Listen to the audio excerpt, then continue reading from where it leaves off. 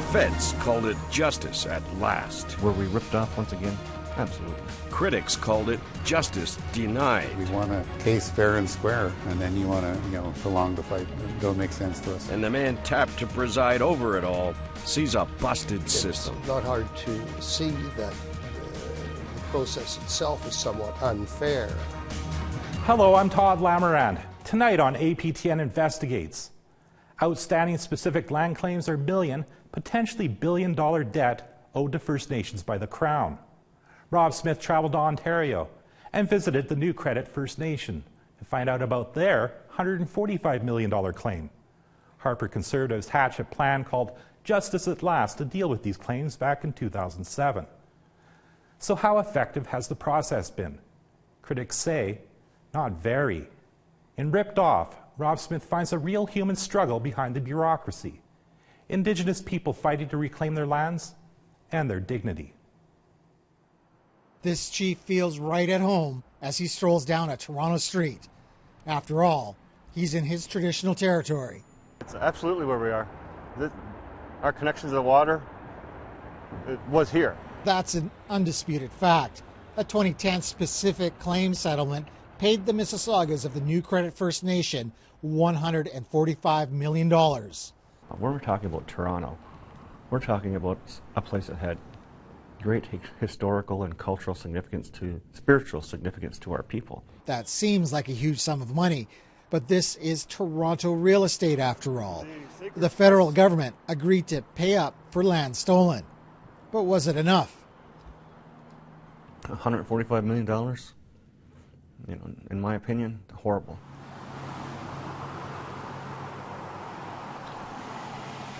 Spec claims are strictly cash settlements, deals to fix past deals, or to right a breach of contract between the federal government and a First Nation. Below me is Vancouver, and you have to ask yourself, what is any piece of land down there worth? And then think about it. How far back did the breach go? What kind of interest would there be on a debt that size? It's a multi-million-dollar question. What's it worth? Certainly it became billions really quickly, right? We're talking about billions of dollars. That's the value of the Toronto. Specific claims is not about proving high concepts like Aboriginal rights and title. Instead, it's literally about digging up documents that prove wrongdoing. Problem is, with evidence in hand, you still have to convince the federal government it's legit. In the case of the Toronto claim, a fair market deal didn't happen. It's a process designed to devalue the land and your compensation for the land. The Mississaugas of the New Credit were forced off their land 2 centuries ago. Once they lived on the shores of Lake Ontario. Now they are landlocked, almost 100 kilometers away.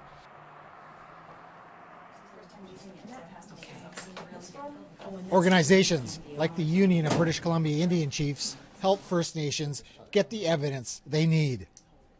It's economic opportunity, sure.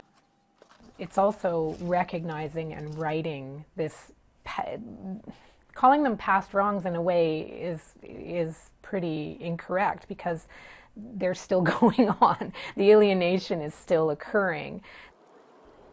Not all claims are large. Most are much smaller. Reserved lands taken by the government for roads and train tracks. A deal for lumber not paid.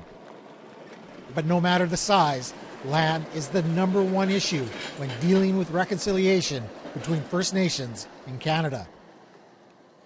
It is a human story. It's a stain on Canada. It is. It's shameful. We've had some major conflicts in this country that arose over unresolved specific claims issues. And of course I refer to Oka, Ipperwash, and Caledonia. On the West Coast, the UBCIC, led by Grand Chief Stuart Phillip, has been on the forefront of this fight for decades, dealing with the feds. And yet they continue to frustrate, they continue to obstruct, they continue to, to make it virtually impossible to come to a resolution. It's very deliberate. Way back in 1992, Prime Minister Jean Chrétien promised to fix this issue, but successive ministers of Indian Affairs failed to come up with a workable plan, stumbling on proposed caps anywhere between $5 and $10 million. A claim could languish at the Department of Justice for decades as government lawyers decided on its legitimacy. Finally, in 2007, a proposal from the Harper government, called Justice at Last, built on 4 pillars: impartiality and fairness, transparency, faster processing of claims, and access to mediation.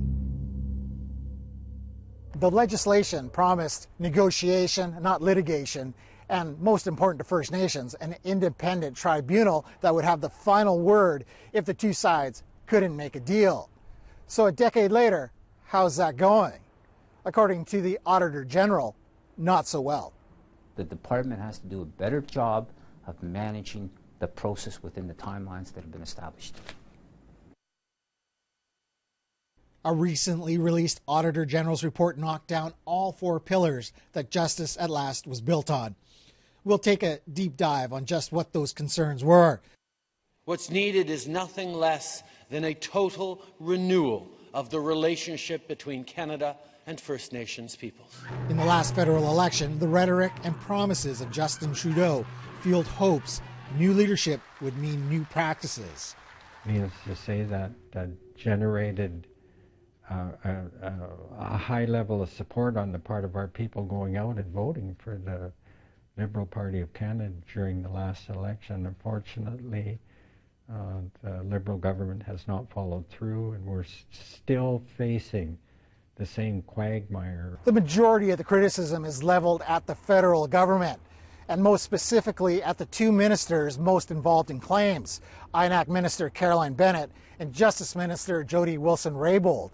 But after months of requests, they simply refused to sit down and talk with us.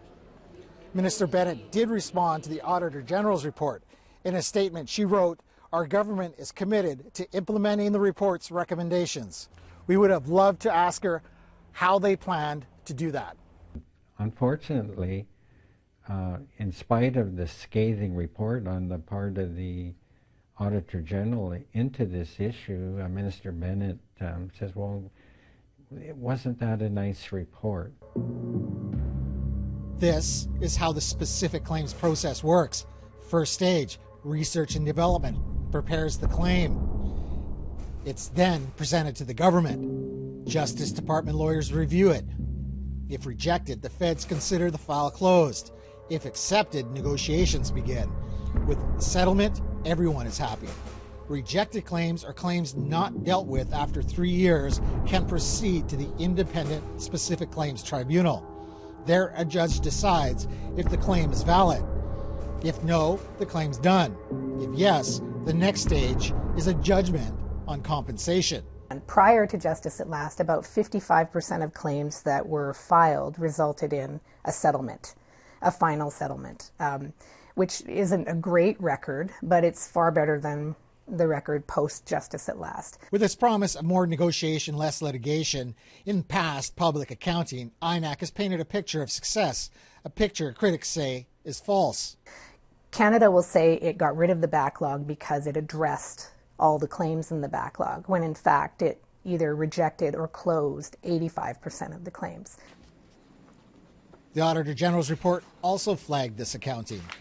In the report, there is a table that shows that the department basically had claimed that 136 claims had been settled through the Justice at Last process, and they had paid out $2.3 billion. Well, that's true, partly. What we found when we looked at the department's own data is that 89 of those 136 claims were already close, had been settled already, or had been close to settlement. So it's not only that the results were not what they had intended, it's the way they're reporting it to Canadians and to parliamentarians that also bothered us. Another sore point, something called small value claims. So Canada doesn't, by any reasonable measure, negotiate what it calls small value claims. It just offers a one-time take it or leave it offer. The department itself unilaterally decides what is a small claim, The department itself unilaterally decides what the compensation would be if there's a settlement offer. Justice Patrick Smith tackled this issue head-on in his ruling on the validity of the Omni-Canning First Nation claim. The First Nation refused one of those take-it-or-leave-it offers. Smith wrote Canada's position was, frankly, paternalistic, self-serving, arbitrary, and disrespectful of First Nations. The tribunal is supposed to be a fix for Canada's conflict of interest because historically Canada sat as judge and jury in claims against itself. But the tribunal has never been staffed or funded properly. The vast majority of tribunal decisions on validity have been in favor of First Nations. So just to put that in perspective, these are claims that Canada rejected. Obviously, if they went to the tribunal, the department had decided that there was no lawful obligation. But out of those 14, 12 were found to have a lawful obligation. So we would have expected that the department would inform itself as to why those decisions that they had judged not to have a lawful obligation, the tribunal had judged that they did have an obligation. The chair of the Specific Claims Tribunal is Justice Harry SLADE. SLADE is frustrated at the snail's pace of this process, testifying to an INAC committee last year. I've indicated the tribunal will fail if we don't get an adequate complement of members. He chided the Justice Department for its practice of non-disclosure, or keeping its reasons for rejecting claims secret, calling it nonsense. So there, as I see it, there's been a tendency to hold information close. And, the pathway to yes is openness. How can you even respond as a First Nation if you don't know the grounds on which your claim is rejected, right? It's a heinous practice. I take issue with the policy being entitled justice at last. How ironic. We've been here for decades now. When we come back, just how does a specific land claim get started? And we show you the meticulous work it takes to gather evidence.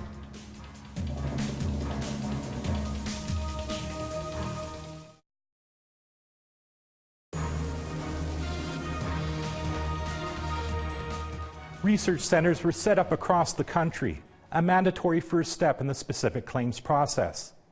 First Nations must approach one of these centers in order to access money that kickstarts a claim. Then, the detective work begins. Researchers scour archives for evidence. We now visit a Vancouver research center where massive funding cuts force it to lay off much of the staff. As we've shown you, justice at last has been a disaster. But why? Remember this diagram mapping out the process? It's supposed to be a path forward, but it's a path fraught with peril. A gauntlet a First Nation must traverse where at any moment a claim could be stopped dead in its tracks. That journey begins here. Close to 30 claims research units like this operate across the country, providing a mandatory and critical first step. So this is the map from 1864 of the McColl reserves, which were assigned, and you can see... Dalton Silver checks in on the evidence being collected for a specific claim. Like they say, our res at one time was, some say close to 20,000 acres. Yeah, that's what reflected it is here. on the map. Undersourced, these units can handle only so many claims per year. It's painstaking and detailed work. Before it can make a claim, a First Nation must find a unit to work with. I'd love to see this. This is one of our old villages right here. There seemed to be a real movement to create barriers to resolving claims, to create gates at the front end of the process. Any other names? The feds developed a minimum standard for completing claims. Not meeting minimum standards could result in a rejection. Research directors all across Canada consistently identified repeated instances where Canada applied the minimum standard way too stringently, unreasonably. All the T's must be crossed and all the I's better be dotted. We were sent back documents that had notations on them asking for an explanation, and the notations were actually produced by the department. So we were asked to transcribe entire typewritten books. Okay, this is probably our best bet, is Richie then? Yeah. Okay. Then in 2014, funding cuts. Some research centers were cut as much as 60%.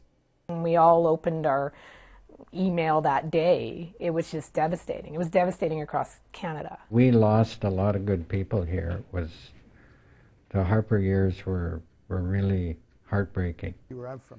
For a time, those cuts derailed this Sumac claim. It seems like it only went so far, and then funding. Yeah. The Sumac people are looking for recognition and compensation for an environmental disaster perpetrated on them. Engineers drained the Sumac Lake in 1923 to make way for more farmland. They drained the lake, took it, and our village is still there. As the source of their food drained away, the fish and ducks disappeared and farmland sprang up around them. These two images, this is the map of the plans to drain the lake, and then here you can see the same lakelands for sale. Our people had heard the Queen's engineers, who they referred to as the time, were going to come and drain this lake, reclaim it for farmland, and for the settlers that were coming. Our old people just laughed it off and said, yeah, they think they're going to do that. But it happened. Research has turned up this gem. The Sumac's chief in 1914 testifying at the McKenna-McBride Royal Commission. This commission's impact was significant. It reduced and eliminated reserves throughout the province of British Columbia. Commissioner McKenna asks the chief about the reserve, and he asks him, could there be any land here reclaimed by diking? And the chief says, I could not say. I'm against the diking because that means more starvation for us. The government of the day knew the hardship it would cause our people. You know, the draining of the lake was more or less, yeah, and is what the chief said, starvation. The Sumacs started this claim in 2011 and are still at the very beginning. A lot of the research has been done. There's still a few things we'd like to finish up, but it still has a long road ahead in terms of the process. We need to be fully recognized as a people. To me, that's important. Equality. You think about it, if this would have happened to someone else, you know, restitution would have been made a long time ago. It's you know, it's the dark underside of the racist history of this country. The Hawaiian believe illegal logging took place on their land for 30 years. In 1942, the band leased the land and the feds paid a stumpage fee. The problem is, despite the law stating the permit must be renewed every year, the feds never did. With the licensee, they buy the license in 42, and they're selling the wood in 1972 at that price. So the difference between stumpage in 1942 and 1972 is huge.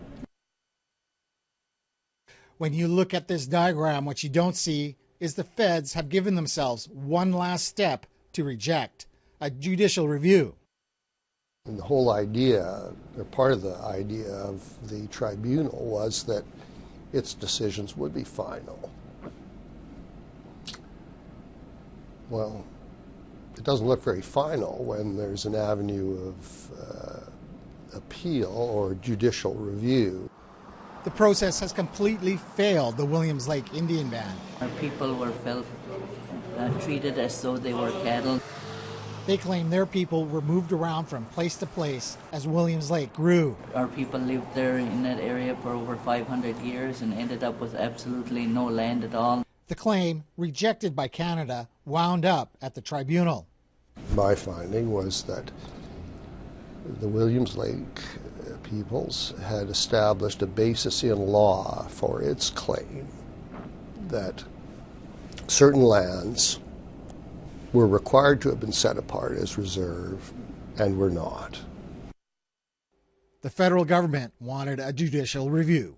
There's a tendency, should the outcome not be as one party or the other hoped, and it's always going to be that way, there's going to be somebody's going to succeed, somebody's going to fail, potential for judicial review. And the Federal Court of Appeal took a very unusual step, and that's that it overturned the tribunal's decision and then replaced it with a decision of its own.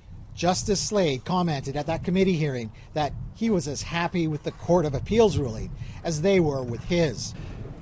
Frankly, I probably shouldn't have said that, but we'll see what the Supreme Court of Canada does. The band will now make its case before the Supreme Court of Canada.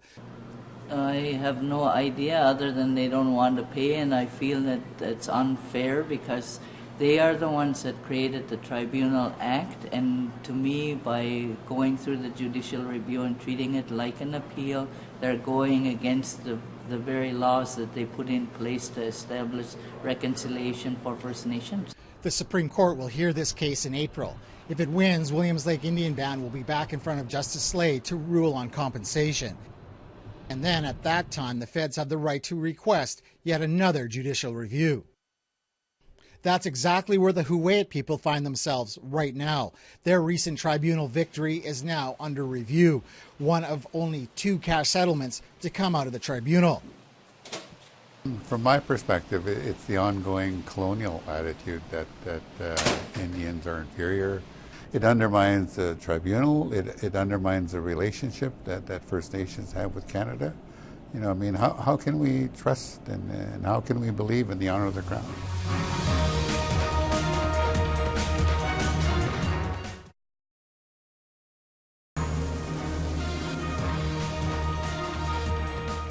There are some signs of positive change. The tribunal hired 2 more part-time justices, action that came out of the Auditor General's report. But judicial review requests seem to be automatic when a decision goes against the Crown. Next week, we'll have Dying with Dignity.